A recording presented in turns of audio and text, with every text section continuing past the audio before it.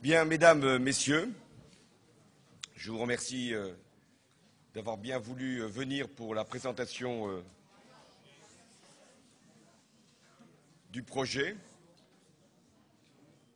Je veux remercier Bertrand Delanoë, le maire de Paris, qui nous accueille, ainsi que Patrick Bloch, saluer toutes les personnalités qui sont ici. Mais si je suis devant vous, après le discours que j'ai prononcé dimanche au Bourget, c'est pour dire aux Français ce que je veux pour la France dans les 5 prochaines années. Notre pays a besoin de changement. Et le changement a besoin d'engagement. C'est le sens de la démarche que je présente aujourd'hui. Mon projet repose sur 4 principes. Le premier, c'est la lucidité sur la gravité de la situation, l'ampleur de la crise et l'état du pays. Le second principe, c'est la volonté pour changer, la volonté pour redresser notre économie, redresser nos comptes publics. Le troisième principe, c'est la justice. Justice pour les Français qui l'attendent, justice également pour le monde économique, et notamment pour les petites, moyennes entreprises qui doivent être soutenues dans leur développement. Et enfin, le quatrième principe, c'est la clarté.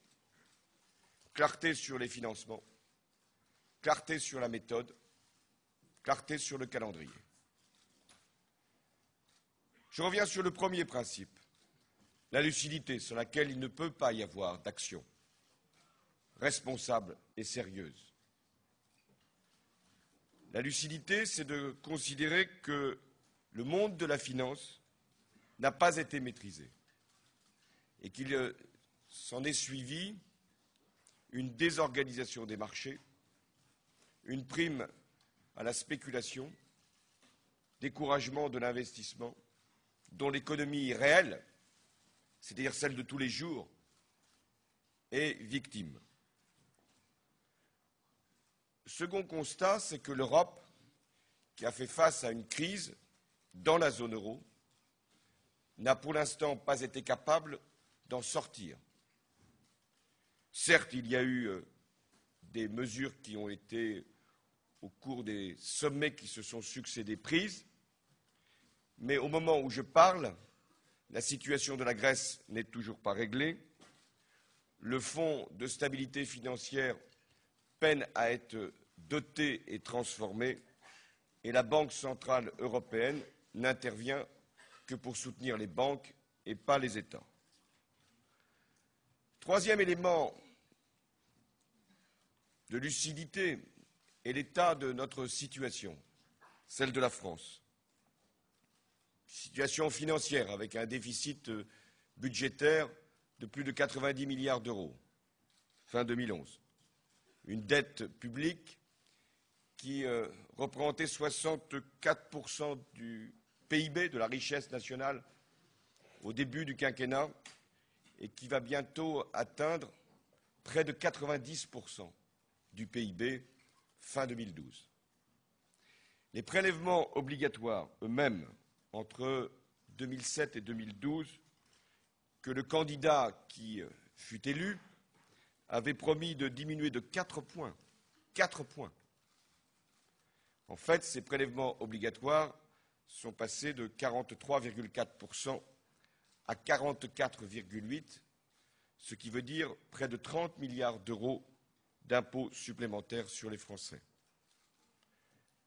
Le niveau des dépenses publiques, qui là aussi devait baisser, a en fait progressé pour être porté jusqu'à 56% de la richesse nationale, au lieu de 52% en début de quinquennat.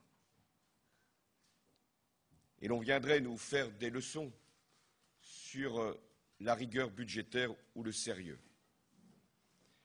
Mais le plus grave, au-delà des chiffres, c'est la situation sociale de notre pays. Le chômage atteint un niveau record depuis 12 ans. Le nombre de demandeurs d'emploi aura progressé de 125 000 sur la seule année 2011.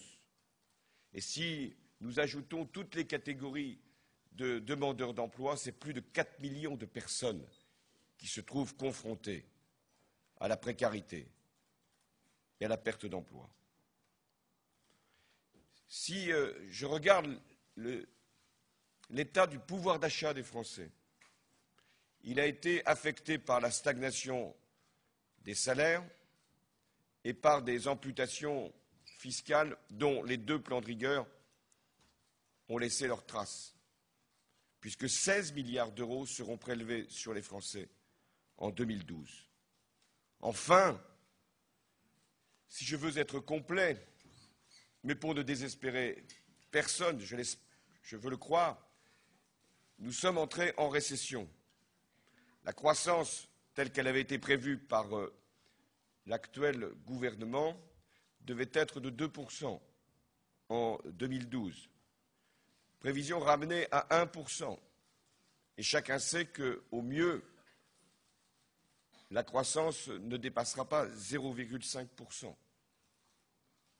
Dans un contexte en plus où notre pays a vu sa compétitivité se dégrader continuellement depuis 10 ans, au point qu'aujourd'hui le déficit commercial dépasse 75 milliards d'euros, quand les Allemands dégagent un excédent de 160 milliards.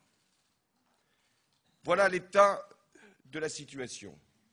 Voilà l'ampleur de la crise. Voilà la difficulté pour l'Europe de sortir du mouvement qui frappe un certain nombre de ses États membres. Et en France, au-delà de tout, il y a une crise morale,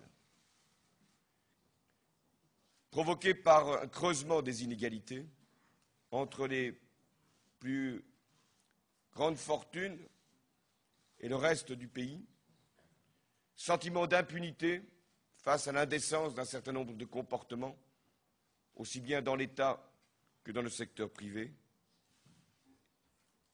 et en plus ces insécurités qui ne cessent de monter avec une augmentation continue des violences aux personnes.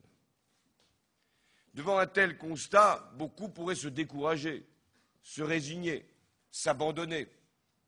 D'autres pourraient simplement utiliser la peur, en laissant penser qu'il faudrait attendre encore, faire supporter aux Français de nouveaux plans d'austérité pour que l'adaptation finisse par nous faire sortir de la situation d'aujourd'hui.